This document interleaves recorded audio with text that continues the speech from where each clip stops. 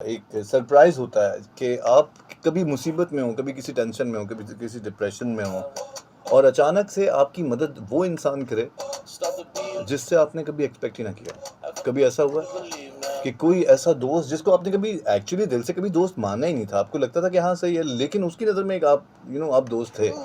उसकी नज़र में वो हमेशा आपकी मदद करता था। कभी-कभी कुछ लोग होते हैं, जो ना हमारी लाइफ़ से या हम उनको ना इतना नोटिस नहीं कर पा रहे होते, वो इग्नोर हो रहे होते हैं। शायद हम दूसरी चीज़ों पे ज़्यादा तवज्जो देते हैं, लेकिन जब हम मुसीबत में आते हैं, जब हम परेशान होते हैं, तो कहीं से वो इंसान आपकी मदद कर देता है। ऐसा इंसान आ जाता है, जो कि आप सोच भी नहीं सकते कि यार इसने मेरा ये मसला हल कर दिया। ये तो मैं सोच ही नहीं सकता था। कभी ऐसा हुआ है कि कोई एक ऐसा इंसान जिससे आपको किसी चीज़ की तवक्को नहीं थी, ये कभी सोचा भी नहीं था कि ये हेल्प आउट करेगा, उसने आपकी हेल्प कर दी हो, मदद कर दी हो, आपको उस मसले से निकाल दिया हो।